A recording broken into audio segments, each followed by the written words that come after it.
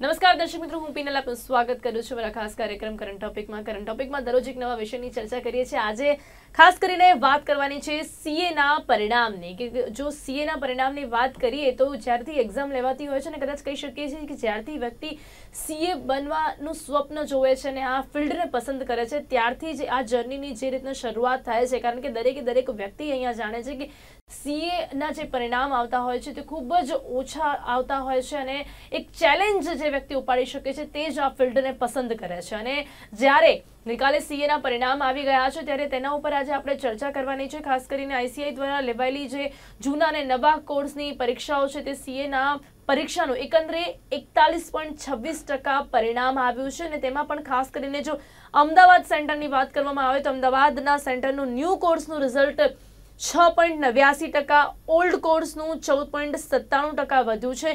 All India ટોપ 50માં અમદાવાદના 6 વિદ્યાર્થીઓ ઝળક્યા છે, જેની માટે કહી શકાય છે કે અમદાવાદની માટે આ ખૂબ જ ગર્વની વાત છે કે જ્યારે સીએના ફિલ્ડમાં આ ક્ષેત્રમાં અમદાવાદના 6 વિદ્યાર્થીઓએ સ્થાન પ્રાપ્ત કર્યું છે। ત્યારે ખાસ કરીને કરંટ ટોપિકમાં આજે આપણે ચર્ચા કરીશું કે સીએની પસંદગી જે લોકો કરતા હોય છે, કદાચ ઘણા બધા લોકો કે જે લોકો પાછા પણ રહી જતા હોય છે, તો તે લોકોને પણ અહીંયા જાણવા મળશે કે આ ક્ષેત્રમાં આગળ વધવા માટે કઈ રીતે તૈયારી કરી શકાય છે અને સાથે જ આ વખતનું જે પરિણામ છે new course, old course, group 1, group 2 આ તમામની પણ ચર્ચા અહીંયા કરવામાં આવશે કે કઈ રીતે આની પસંદગી કરવામાં આવે છે અને સાથે જ કઈ રીતે આમાં આગળ વધી શકાય છે અને સાથે જ કઈ રીતે તૈયારી કરી શકાય છે। આ તમામ ચર્ચા માટે મારી સાથે અહીંયા જોડાઈ ગયા છે સીએ ચિંતન પટેલ અને એ સાથે જ આ પરીક્ષામાં આગળ વધવા માટે કઈ રીતે પ્રિપરેશન કરી શકાય છે તમામ જાણકારી આપવા માટે આપણી સાથે જોડાયા છે અંકિત જૈન, જેઓ અમદાવાદમાં જેમનું બીજું સ્થાન છે અને સાથે જ ઓલ ઇન્ડિયા રેન્ક જેમનું 22 છે। તો એવા અંકિત જૈન અને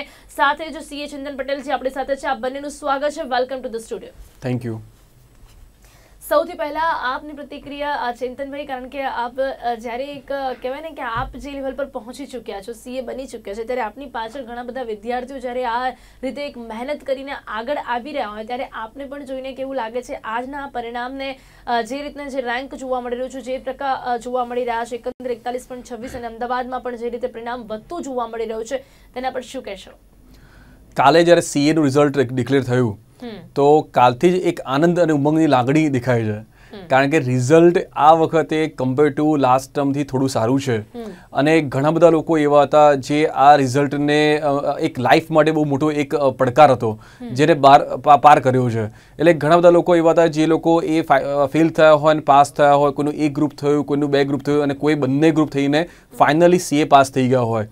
એટલે આ એક રોમાંચ છે, કારણ કે દરેક જણની લાઈફમાં એવું હોય કે આગળ પ્રિફિક્સ સીએ લખાય એના માટે એ લોકોની આખું ફેમિલી એ આતુરતાથી એને રાહ જોતું હોય છે। એટલે કાલનું જે રિઝલ્ટ આવ્યું એમાં result A compare to last 2 ટર્મમાં થોડું ઇમ્પ્રુવમેન્ટ છે અને એમાંથી એક એવું છે કે ઘણો બધો એ સારું રિઝલ્ટ છે અમદાવાદ સિટી માટે પણ, કારણ કે અમદાવાદ સિટીમાં પણ ઓલ્ડ અને ન્યૂ કોર્સ બંનેમાં ઓલ ઇન્ડિયા ટોપ 50માંથી ઘણા બધા છોકરાઓ આવ્યા છે। એટલે એક સારી તક છે અને અમદાવાદના છોકરાઓ આગળ જઈ રહ્યા છે એ બી અમારા માટે બહુ સારી વસ્તુ છે। જી, તો અંકિત જૈન, ફર્સ્ટ ઓફ ઓલ તો very big congratulations to you.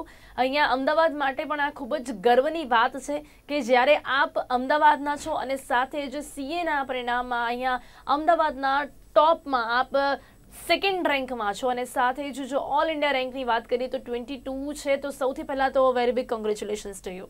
અને હવે અંકિત, આપની પાસેથી જાણવા માંગીશું કે પહેલા તો આ પરિણામ જ્યારે આપે જોયું છે ત્યારે કહી શકાય છે ને કે ખુશીની લાગણી થઈ હશે, ખુશીની લાગણીનો અનુભવ થયો હશે, કારણ કે જે રીતે તૈયારીઓ કરવામાં આવે છે, જે રીતે એક રાહ જોવામાં આવે છે આ પરિણામની, તો સૌથી પહેલા તો પરિણામ વિશે શું કહેશો? रिजल्ट्स के लिए एक्साइटमेंट बहुत होता है। इस बार जैसे आईसीआई ने रिजल्ट लेट कर दिया था तो थोड़ा एक्साइटमेंट और बढ़ गया था। फिर कल फाइनली रिजल्ट आया उसमें, लेकिन एक बोलते हैं ना कि जब तक रिजल्ट नहीं आता है तब तक बहुत राह देखी जाती है, तो इस बार आप में और आपके फ्रेंड्स में किस तरह की क्यूरियोसिटी थी और साथ ही साथ क्या पहले से ही प्रिडिक्ट किया था आपने कि इस तरह का ही रिजल्ट आ सकता है? आपकी तैयारी से के ऊपर से आपने कुछ अनुमान लगाया था? नहीं, अनुमान तो लगाया था, बस पास हो जाए तो बहुत हो गया। ओके, मतलब आपको इतनी एक्सपेक्टेशंस नहीं थी? नहीं, रिजल्ट के लिए एक्सपेक्टेशन नहीं थी। लेकिन पेपर्स जब गए थे तब कैसा लग रहा था आपको, जब आप एग्जाम्स दे रहे थे उस टाइम पे क्या लग रहा था कि जब आप एग्जाम देके, क्योंकि हर कोई एक कहते हैं ना कि प्रोडिक्शन कुछ ना कुछ करते हैं, तो आपको ऐसा कुछ हुआ था कि नहीं क्लियर हो जाऊंगा, मार्क्स कितने आएंगे, जब एग्जाम्स टाइम का आपका क्या एक्सपीरियंस था? एक्चुअली एग्जाम्स के पहले जो प्रिपरेशंस की बात करें उसमें एक्चुअली मैंने पेपर्स एक भी लिखा ही नहीं था, प्रैक्टिस नहीं करी थी, पर वर्चुअली यानी रीडिंग अच्छा था, और आगे एग्जाम में जो प्रैक्टिस नहीं करी थी उसका मेरे को ये रीज़न ये हुआ कि मेरे फर्स्ट 2 पेपर्स छूट गए थे, फिर उसके बाद कवर अप हो गया, उसके बाद ग्रेजुअली स्पीड बढ़ गई थी, 2 पेपर्स लिखे, फिर बाकी सब कंप्लीट हो गए थे। જી, તો ચિંતનભાઈ શું કહેશો આપ કે આવી રીતનું પણ કંઈક બનતું હોય છે કે લાઈક જેમણે આ રીતના અમને એક્સપિરિયન્સ શેર કર્યું છે કે ફર્સ્ટ 2 પેપર્સમાં આવું થયું, તો અહીંયા ક્યાંક પહેલાંથી કઈ રીતે સીએ માટેની તૈયારી કરી શકાય છે, અને એમાં પણ જે રીતે અહીંયા અંકિતે પણ જણાવ્યું કે કદાચ જો શરૂઆત થઈ હોય ત્યારે આપણે ગ્રીપ ન પણ પકડી શકીએ, પરંતુ જે રીતે જો વર્ચ્યુઅલી રોજે રોજ કંઈક પ્રિપરેશન કરવામાં આવે, ધ્યાન આપવામાં આવે, તો આ રીતનું પરિણામ મળી શકે છે અંકિતની જેમ. એટલે આમાં કેવું છે કે જે અંકિતે વાત કરી કે પ્રેક્ટિસ કરવું એ બહુ ઇમ્પોર્ટન્ટ છે, અને પ્રેક્ટિસનો મેઇન રીઝન 2 છે. એક તો એક કોન્ફિડન્સ આવે છે, જ્યાં સુધી તમે એકચ્યુઅલ એક્ઝામના પેપર્સ ના લખો એ પર્ટિક્યુલર ટર્મ્સની ટેમ્પરામેન્ટની અંદર, ત્યાં સુધી તમને આઈડિયા ના આવે કે તમારે ટાઈમ મેનેજમેન્ટ કેવી રીતે કરવાનું. અને બીજું એવું છે કે એ એક્ઝામના પ્રિપરેશનની અંદર એ કોન્ફિડન્સ જે આવ્યો હોય ને, એ કોન્ફિડન્સથી આપણે ઘણો બધો શાંતિ લાગે છે. હવે અંકિતની જે વાત થઈ કે એમાં એને ફર્સ્ટ 2 પેપર્સની અંદર એને એવું લાગ્યું કે કદાચ જો મારો ટાઈમ એ ઓછો પડ્યો, મારું પેપર છૂટી ગયું હોય, પણ એ 3rd 4th પેપરમાં એને પાછું લઈ લીધું. કેમ કે એને એક એક્સપિરિયન્સ આવી ગયો કે ભાઈ મારે એક્ઝામ લખતી વખતે મારે શું ધ્યાનમાં રાખવાનું, કોઈ સમ મારો ડિફિકલ્ટ હોય તો છેલ્લે કરીએ, જે મારે એક્સ્ટ્રા જે પાક્કા માર્ક હોય પહેલાં કરી નાખીએ આપણે, એ રીતની પ્લાનિંગ કરવા માટે ફર્સ્ટ આપણે કહી શકીએ છીએ. છતાં પણ જો આજે અંકિત 22મો રેન્ક છે, પણ એ 2 સમ જો એને જે છૂટ્યા ના હોત તો કદાચ ટોપ 10માં બી રેન્કમાં હોઈ શકે છે. પણ કંઈ કશું વાંધો નહીં. ઓવરઓલ આપણો ઓબ્જેક્ટિવ આ જે એનું એ જ છે કે ભણવામાં મારા પ્રમાણે અંકિત જો વધારે ઇન્ફોર્મેશન આપે કે કેવી રીતના ભણવું જોઈએ, સિન્સિયરિટી કેવી રીતના હોવી જોઈએ, અને એ સિન્સિયરિટી અને ડેડિકેશનથી જ આ રેન્ક આવી શકે છે. आई थिंक ये एनो जो एक्सपीरियंस जे आपे ने तो ये आई थिंक आप व्यूअर्स માટે બહુ કામમાં આવશે. जी जी अंकित, आप ये एक्सपीरियंस जैसे कि चिंतन जी ने कहा कि आपने किस तरह से उसके बाद प्रिपरेशन करी है, वो बोलते हैं ना कि पूरे दिन का लोग एक रूटीन बना लेते हैं, एक टाइम टेबल बना लेते हैं, या कौन से सब्जेक्ट पर ज़्यादा ध्यान देना है या फिर कौन सा सब्जेक्ट ज़्यादा हार्ड लगता है और उसकी तैयारी कैसे करनी है. जैसे कि शायद आपके पीछे और भी जो लोग हैं जो अब भी आ रहे हैं सीए के इस फील्ड में, तो उससे उन लोगों को कुछ मदद मिल सके. एग्ज़ाम प्रिपरेशन की बात करें तो इसमें फर्स्टली जैसे टाइम मैनेजमेंट बहुत इम्पोर्टेंट है. इसमें जैसे कोई लोग क्या करते हैं, पूरा जैसे थ्योरी सब्जेक्ट्स है तो पूरे दिन थ्योरी सब्जेक्ट्स ही करेंगे. वैसा नहीं, दोनों का कॉम्बिनेशन होना चाहिए, प्रैक्टिकल थ्योरी, ताकि आप बोर भी ना हो और एंजॉय कर सके पढ़ाई को. और फिर रिफ्रेशमेंट तो जरूरी है. एक रिफ्रेशमेंट के साथ स्टडी करनी चाहिए. जी अंकित, जैसा आपने थियरी और प्रैक्टिकल के बारे में बताया, तो जैसा आपने कि जीएसटी में आपने काफ़ी अच्छा स्कोर किया है, तो यहाँ पे आप थियरिकल था सब कुछ बुक में और पेपर में बहुत कुछ प्रैक्टिकल पूछा गया था, तो उसका आपका एक्सपीरियंस कैसा रहा था? एक्चुअली जो मैंने जो भी पढ़ाई करी थी वो मॉड्यूल्स में से करी थी, और एक्चुअली अभी जीएसटी की जो मॉड्यूल्स है वो पूरी थियरी बेस्ड थी, और एक्चुअली प्रैक्टिकल्स जो बुक्स आते हैं ऑथर्स की वो सॉल्व करे तो बेटर है. उसी से आपको प्रैक्टिकल नॉलेज कैसे अप्लाई करना है वो आपको पता चलेगा. पर फिर भी एग्ज़ाम अच्छा रहा जीएसटी में, प्रैक्टिकल एप्लीकेशन पता चल गया था, अच्छा था.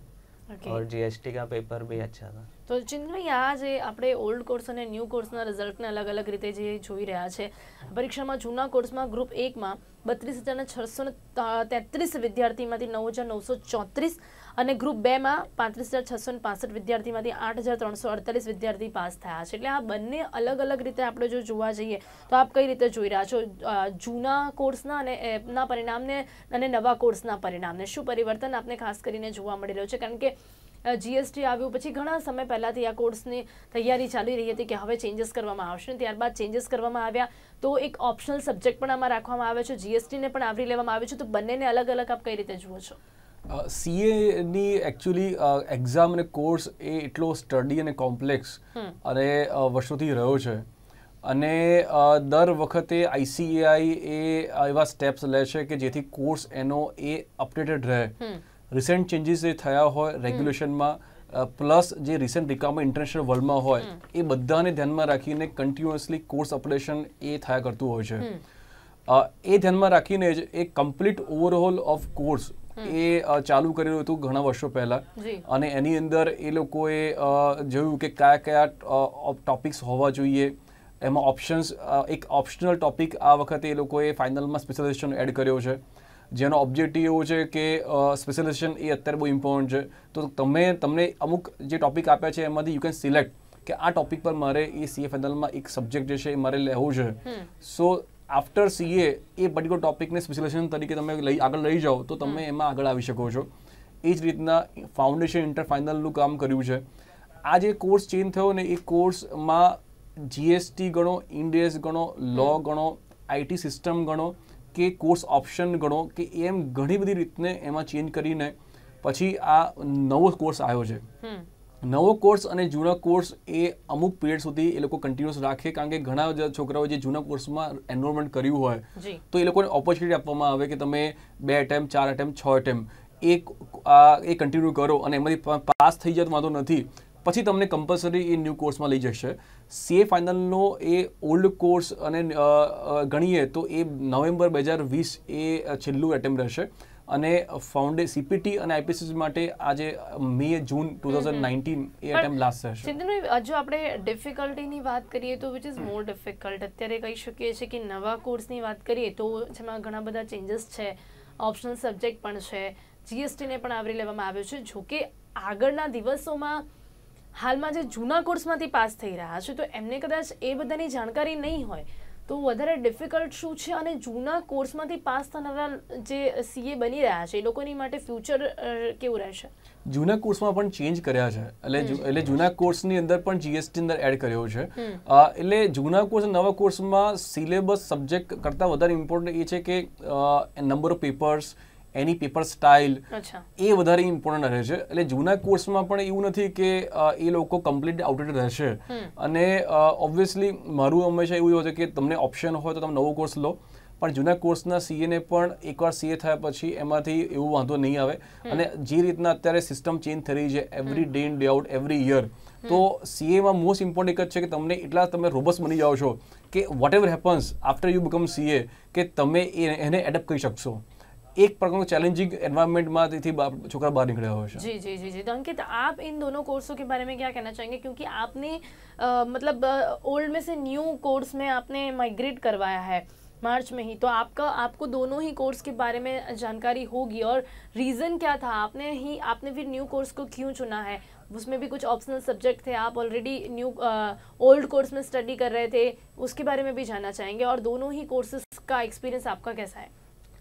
जी, मेरा तो स्टार्टिंग में ओल्ड कोर्स ही चल रहा था, पर एक्चुअली जैसे ICAI ने अनाउंस किया कि न्यू कोर्स आ रहा है, तो मेरे को न्यू ट्राई करने की इच्छा ज़्यादा होती. ओके जी. तो ऐसे भी अभी अराउंड 9 मंथ्स बाकी थे, पढ़ाई करनी बाकी थी.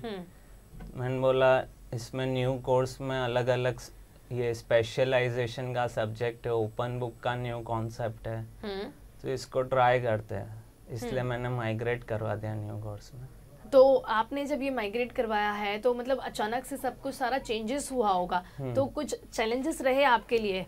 क्या चैलेंजेस थे वो? चैलेंजेस में सबसे पहले GMCS और ITT खत्म करना था एग्जाम से पहले, वो खत्म किया. फिर जब न्यू कोर्स में जो 2-3 सब्जेक्ट्स है वो पूरे न्यू थे. इंडेस का जो था फाइनेंशियल रिपोर्टिंग में, वो पूरे सारे अकाउंटिंग स्टैंडर्ड्स न्यू थे, वो पूरे स्टडी किए. फिर अपने ऑप्शनल सब्जेक्ट्स इंटरनेशनल टैक्सेशन लिया था मैंने, उसमें काफ़ी सारे नए थे, OECD मॉडल्स एंड. तो नहीं, आपने अगर इसकी ट्रिक देना चाहें आप, तो कैसे आपने इतनी जल्दी सब कुछ ऑब्जर्व किया, तो उसके बारे में क्या कहेंगे आप? भी जैसे लाइफ फटाफट अभी जो भी चेंजेस हो रहे हैं, आपको चेंज के साथ ही चलना पड़ेगा. जो भी है आपको फटाफट अडेप्ट करना है. Take it easy. જી ચિંતનભાઈ, હવે અહીંયા જે રીતે અંકિતે પણ ઓલ્ડ કોર્સમાંથી ન્યૂ કોર્સમાં વચ્ચેથી માઇગ્રેટ કર્યો, તો હવે અહીંયા જે ઓપન બુકની વાત કરી અમને, જે ઓપન બુક એક્ઝામ્સ હોય છે કે વિચ ઇઝ ન્યૂ સબ્જેક્ટ, તો એની માટે પણ આપનું શું કહેવું છે? બિકોઝ અહીંયા બીજા પણ જે વિદ્યાર્થીઓ છે એ લોકો પણ એની માટે ઘણું કહ્યું છે કે એ લોકોએ ઓપન બુક એક્ઝામ માટે ઘણી પ્રિપરેશન કરી છે, એક્ઝામ્સ આપી છે, પછી જે તે બુક્સ છે એની માટેની ઇન્ડેક્સની પ્રિપરેશન કરી છે, તો આ એક કેટલું નવું કન્સેપ્ટ છે ને આ કેટલું જરૂરી છે આ ફિલ્ડમાં? આમાં કે ઓપન બુક એક્ઝામ્સનો મેઇન ઓબ્જેક્ટિવ જે ગણીએ તો એ છે કે આજે આફ્ટર સીએ મને કોઈ ઓફિસમાં એને પ્રેક્ટિસમાં ક્વેશ્ચન પૂછે તો મારે એને મોઢે જવાબ આપવો જરૂર નથી. પ્રેક્ટિકલ લાઈફમાં વોટ ઇઝ નીડેડ કે મારે એ આન્સર સાચો, ટેકનિકલ અને ઇન્ટરપ્રિટેશન કરીને આપવાનો છે. તો એ વખતે મારે ઇન્કમ ટેક્સ એક્ટ હશે, મારે એ લોઝ રેગ્યુલેશન હશે, મારી પાસે બધા બુક્સ હશે અને પછી એનું ઇન્ટરપ્રિટેશન કરીને મારે એક એડવાઇસ આપવાની છે. તો પ્રેક્ટિકલ લાઈફ અને થિયોરિટિકલ લાઈફમાં જે ડિફરન્સ છે એ છે કે બુક્સ હોય છતાં પણ તમારે એને ઇન્ટરપ્રિટેશન કરીને તમે રાઈટ આન્સર આપી શકો, that is called practical advice. તો એ કન્સેપ્ટને આગળ લાવવા માટે બેઝિકલી ઓપન બુકનો છે. ઓપન બુકમાં એક્ઝામમાં શું હોય કે ડિફરન્સ ઓપન બુક એક્ઝામમાં નોર્મલ એક્ઝામ એવો હોય કે નોર્મલ એક્ઝામમાં કદાચ ક્વેશ્ચન્સ થિયોરિટિકલ હોઈ શકે છે, પણ ઓપન બુક્સમાં જનરલી ક્વેશ્ચન થિયોરિટિકલ ના હોય. એમાં તમારે એડવાઇઝરી પ્રકારના કે કેસ સ્ટડીના બેઝિસ પર કે એવા ઇશ્યુઝ હોય કે જે તમને ડાયરેક્ટલી નથી મળવાના. બુક આપી છે પણ તમે કોપી નહીં કરી શકો, તમારે એ બુકમાંથી પ્રોવિઝન્સ ઇન્ટરપ્રિટ કરીને તમારે આન્સર આપવાના હશે. તો એ એક પ્રકારનું ડેવલપમેન્ટ છે અને આઈ થિંક એ બહુ પ્રેક્ટિકલી જરૂરી છે આના માટે. જી ચિંતનભાઈ, અહીંયા બંને જ્યારે ગ્રુપની વાત કરીએ તો ગ્રુપ 1 અને ગ્રુપ 2માં એમાંથી ઘણા બધા જે બંને જૂના કોર્સમાં બંને ગ્રુપ માટે જેમણે ફોર્મ ભર્યા હતા 22,514માંથી બંને ગ્રુપ પાસ કર્યું હોય તેવા 3,383 વિદ્યાર્થીઓ છે અને નવા કોર્સમાં બી આવું જ કંઈક છે. 4,075 વિદ્યાર્થીમાંથી 670 વિદ્યાર્થી જેવા છે. એટલે અહીંયા ગ્રુપ 1 અને ગ્રુપ 2 બંને પાસ કરીએ ત્યારે જ વિદ્યાર્થી સીએ કહેવાય છે. તો અહીંયા બંને ગ્રુપમાંથી આપણે જો કહેવા જઈએ તો કઈ રીતે ખાસ અલગ અલગ પ્રિપરેશન કરવી પડે છે અને જ્યારે કોઈ એક ગ્રુપમાં વિદ્યાર્થી પાછળ રહી જાય છે ત્યારે પછી એને કઈ રીતે આગળ વધવું હોય છે? આમાં એવું છે કે ઘણીવાર એક્ઝામનું રિઝલ્ટ એ કેટલા ટકા આવ્યું છે એ પણ ડિફિકલ્ટ હોય છે સમજવામાં કે 44% કરીએ તો વધારે લાગે છે, પણ એક્ઝામનું રિઝલ્ટ એકચ્યુઅલી 15 થી 16% આસપાસ કહી શકીએ, એ પણ એક્ઝેક્ટ ના ખ્યાલ આવે. રીઝન એક જ છે કે આમાં ગ્રુપ હોય અને ગ્રુપમાં ઓપ્શન્સ હોય, કોઈ ખાલી એક ગ્રુપ લે, કોઈ ખાલી બીજું ગ્રુપ લે, કોઈ બંને ગ્રુપ આપે અને એક ગ્રુપ પાસ થાય, કોઈ પહેલા એક ગ્રુપ આપ્યું હોય અને સેકન્ડ ગ્રુપ આ વખતે ક્લિયર થઈ જાય. તો ઘણા બધા પરમ્યુટેશન કોમ્બિનેશન છે, એટલે રિયલ એવરેજ પર્સન્ટેજ આપણે શું આવે ખ્યાલ ના આવે. આમાં આવી રીતે તો જૂના કોર્સનો 15.3% અને નવા કોર્સનો 16.44% એક અંદાજો લગાવવામાં આવે છે. હા, અંદાજો આપણે એટલો રાખીએ કે 15% 16% આસપાસ રિઝલ્ટ આવ્યું હશે એવું આપણે માની શકીએ અંદાજો.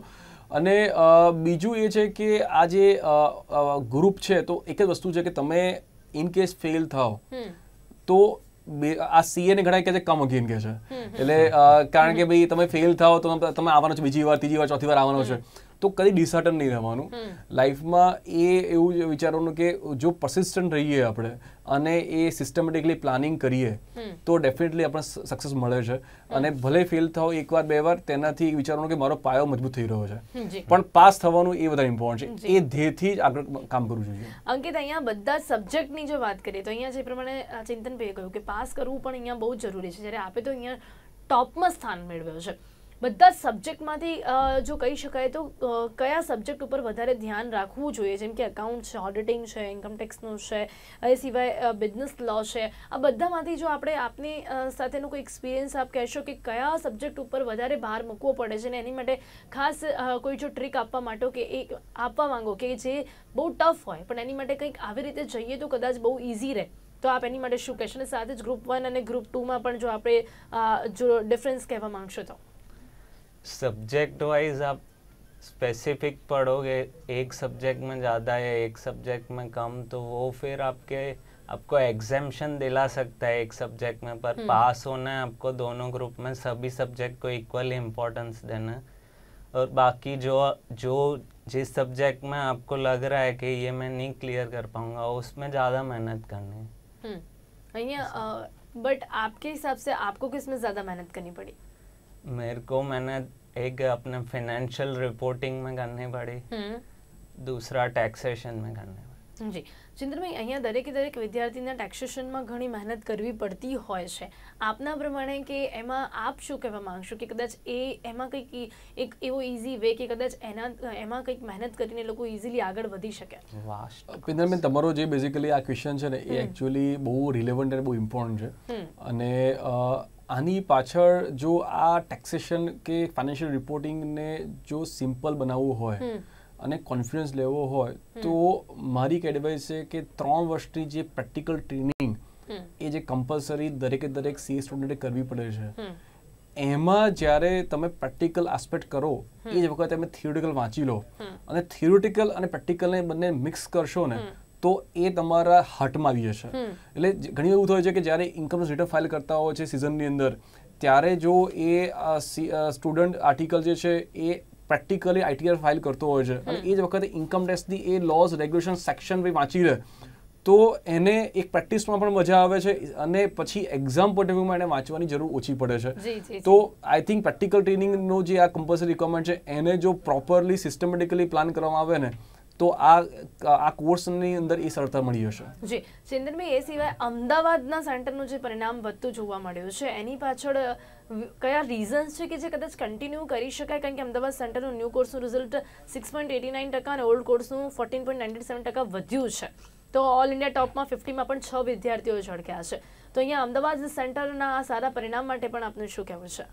અમદાવાદ એ ઘણા બધા વર્ષોથી એક એજ્યુકેશન અને સીએના કોર્સ માટે હબ રહ્યું છે અને એમાં ખાલી ગુજરાત નહીં પણ રાજસ્થાનથી પણ, જેમ કે અંકિતની વાત કરી તો એ રાજસ્થાનથી છે છતાં પણ આજે એ અહીંયા સ્ટડી કરે છે. એ રીતે અમદાવાદની આસપાસમાં જે પણ છે રાજકોટ, જામનગર, ભાવનગર, પોરબંદર, સૌરાષ્ટ્રના જે સીએ છોકરાઓ છે એ બધા છોકરાઓ અમદાવાદમાં આવતા હોય છે. એનું રીઝન એક છે કે અહીંયા છે ને એક કોચિંગ ક્લાસની પ્લસ ઘણા બધા સીએ સ્ટુડન્ટ્સને સાથે બેસીને રીડિંગ કરવાની ફેસિલિટીઝ અને ઇન્ટરેક્શન્સ અને આર્ટિકલશિપના એક્સપિરિયન્સ અહીંયા સારા મળે છે. જેના રીઝનના કારણે ઓવરઓલ એક ગ્રુમિંગ આ ગુજરાતની દ્રષ્ટિએ ગણીએ તો ગ્રુમિંગ માટે Ahmedabad is one of the best place. Grooming plus getting learning experience અને એ સીએ કોર્સમાં પાસ થવા માટે. जी जी चौक्कस से अंकित, एट द एंड आप आपके सारे जो भी व्यूअर्स आपको देख रहे हैं जो आज कहते हैं ना कि अहमदाबाद को भी एक गर्व की अनुभूति हो रही है आपकी वजह से, तो आप सबको एंड में क्या एडवाइस देना चाहेंगे सीए के इस फील्ड के लिए और आप उनके फ्यूचर के लिए? अंत में यही कहना चाहूँगा, सीए की जर्नी बहुत लॉन्ग है. आपको स्टार्ट तो करना है, फिनिश भी करना ही है. तो आप स्टार्ट भले धीरे करो पर फिनिश अच्छे से करो. जी जरूर, आपकी ही तरह सब लोग भी इसी तरह से आगे बढ़े ऐसा हम भी ऐसी आशा हम भी रखते हैं. और समय અહીંયા સમાપ્ત થયો છે. તો ચિંતનભાઈ અને અંકિત, આપ બંને અમારી સાથે જોડાયા તે બદલ આપ બંનેનું ખૂબ ખૂબ ધન્યવાદ અને and once again congratulation Ankit. Thank you. તો દર્શક મિત્રો, આજે આપણે કરંટ ટોપિકમાં ચર્ચા કરી છે સીએના પરિણામની. તો આપણી સાથે સીએ ચિંતન પટેલ પણ જોડાયા હતા અને સાથે જ અંકિત જૈન કે જેમણે ઓલ ઇન્ડિયા રેન્ક 22 અને અમદાવાદમાં બીજો સ્થાન મેળવ્યું છે. તો કઈ રીતે આ સ્થાન મેળવી શકાય છે અને સાથે જ જે પ્રમાણે અંકિતે જણાવ્યું કે ખૂબ જ સરળતાથી ધીરે ધીરે શરૂઆત કરવી જોઈએ, પરંતુ દરેક નોલેજ પ્રેક્ટિકલ લેવું જોઈએ જેથી કરીને આ પ્રકારનું પરિણામ મેળવી શકાય છે. અને ચિંતનભાઈએ પણ ઘણી એડવાઇસ આપી છે કે જ્યારે પણ આપણે અટકીએ ત્યારે અહીંયા શું કરી શકાય છે અને ટેક્સેશન કે જેમાં વિદ્યાર્થીઓ પાછા પડતા હોય છે તેમાં પણ લોકો કઈ રીતે આગળ વધી શકે છે, જે કદાચ આપને ખૂબ જ મદદરૂપ થશે. તો કરંટ ટોપિકમાં અત્યારે બસ આટલું જ. ફરીથી મળીશું એક નવા વિષય સાથે. ત્યાં સુધી રજા આપશો. નમસ્કાર.